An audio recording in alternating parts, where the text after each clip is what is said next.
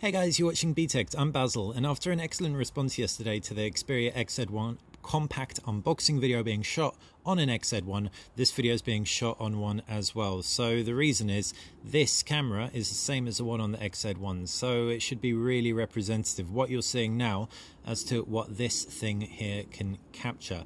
You can see though it is different from the XZ1 in a few key areas. It has a 4.6 inch screen with a 720p resolution as opposed to a 5.2 inch screen with a full HD resolution.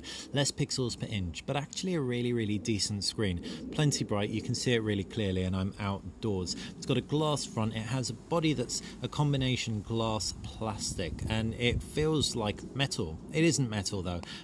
It's a lot more hollow than the unibody XZ1, but it still feels very premium. This thing's retailing for I think $499 at the moment, $399 if you get it on special offer. I know Argos had a couple of special offers on it, so shop around definitely. But this video is all about my 24-hour reaction. Before I jump into it, if you're not already subscribed to BTech, subscribe. That's how you stay on top of everything that we do. Right, let's get back to it. Like I said, 4.6 inch screen, stereo front speakers which are nice and loud, front 8 megapixel camera with a wide angle lens. That wide angle lens down samples from 8 megapixels to 3 megapixels when you squish in, and back to 8 megapixels. So it's kind of like the LG G6 and V30. You can flip between what feels like two cameras, but it is really one.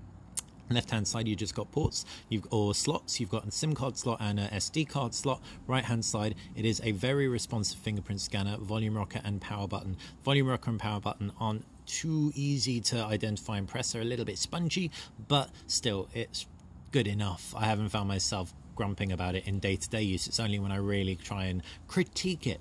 Down at the base, the USB Type-C is awesome. I haven't yet figured out if it's USB 2 or USB 3. Waiting on Sony for that. I will do some speed transfer tests soon enough. Up the top, 3.5mm headphone jack. Woohoo! And it's high-res audio compatible. So any audiophiles out there, you will be happy. Around the back, that 19 megapixel stacked camera sensor was capable of recording some pretty impressive photos and videos. So stacked camera sensor is sweet deal. You can take videos at 960 frame per second slow-mo. So this is a helicopter that I pretty much suspended in the air. Don't know if you can see that. A much clearer example of the 960 frame per second slow-mo in action is this video right here of some water fountains. So let's play that for you. How cool does that look? Yeah, right, looks super cool. I thought so too. And then as a dude runs behind the middle fountain, he's kind of like suspended in midair and the water just keeps on going. You need excellent light for this to work, but once you've got it, you can grab some stunning videos. So you've got a real flagship camera on here. You've also got a flagship processor too. It has a Snapdragon 835 with 4GB of RAM. Wondering how that benchmarks? This is how that benchmarks. Ooh, you may be wondering, that's a little bit lower than I expected. Some of you guys were postulating that this is like underclocked, as it were, so you don't need as much power in such a small device, especially with such a small screen, and as a result you could probably eke some more battery life out of it, and throttling it will also reduce the heat. And indeed, this thing in 24 hours with benchmarks and everything hasn't got silly hot at all. I even recorded a bunch of 4K video, so I'm really stoked with the fact that it all seems to be performing well after 48 hours. I like the design. If it had less bezels, then it would probably be a little bit like too small a device with this size screen. If it had less bezels, sure, it would look cool, and I'm not saying Sony never reduce your bezels, because this is pretty bezel-tastic, but it's anything but a deal breaker. In fact, the fact it has bezels means it's pretty easy to hold, and my thumb can get from one side to the other as it would a normal phone. Also, the fact it's a little bit chunky means there is no camera bump, whereas the XZ1 has a camera bump, and the fact the it is chunky means a fingerprint scanner nuzzles nicely in the middle. I just like the design of this phone. It fits nicely in my hand. It is a metal base and a metal top, though some have commented that the corners are a little bit sharp and dig into the heel of your hand. I haven't found that to be problematic personally. If you can't tell, I really like this phone. I was worried coming from the V30 that it would be too small, and the XZ1, but actually I'm really enjoying jumping to something that isn't making such a big indentation in my pocket. What's also ace about this is the fact that the screen hasn't got that like weird stripy, striated look and feel that the Sony Xperia XZ1 has. I know the XZ1 is HDR and it is technically a better screen, but in many respects I actually prefer this one. It's also running Android 8, the latest version of Android. I've had one force close in 24 hours of the camera application. That hasn't really bugged me too much, especially given the fact this device hasn't even been released yet. So I'm not going to complain just yet, but if I get a lot more of those, I will let you know in the full review. Everything else, snappiness of the user interface itself, I'm really on board with. Swipe down to get an overview of your applications. You can long press to get an overview of your home screens. You can also tap through to your apps tray, which you can organize into folders, and you can also organize them into sort apps and settings. Home screen settings give you a fair amount of customization over things. You can change your icon appearance, default Xperia loops, so Xperia loops, as you can see, and so the Xperia loops around the back then start to change based on battery. It's just really nice and considered. You can even change the grid size, 4x5, 5x5, 4x4, or 3x4. That versatility isn't available in stock Android, so stock Android purists might not love it, but I am a fan. Also, display options are plenty. Jumping into the settings, you can see you've got display options, brightness level adapter, brightness sleep, smart backlight control. You've also got color gamut and contrast that give you some options, white balance, again more options, and video image stabilization, font size. It's really extensive. There are also a whole load of sound settings too. Audio settings for anyone who wants the loudest sound from your Sony phone. I didn't know this, even though I tried a whole bunch of different settings, but someone commented yesterday on one of my speaker comparisons saying turn off dynamic normalizer, and lo and behold, it made everything way louder. Dynamic normalizer, I thought just moved everything up, but as it happens, it just moves everything down. So turned off, it works very well. The reason I thought that is it minimizes volume differences. I thought that minimizes volume generally, but it is literally just, it shifts everything up in sound loudness. You also have a whole bunch of other settings too. I'll do some speaker comparisons soon enough, you can bet your bottom dollar. Right, let's get back to this. User interface gets a thumbs up. Design, screen, all get a thumbs up. I don't mind it 720p. The sharpness hasn't irked me one little bit. As far as multimedia goes, size of the screen is pretty comfortable for reading on web pages. In terms of videos, I can jump into YouTube.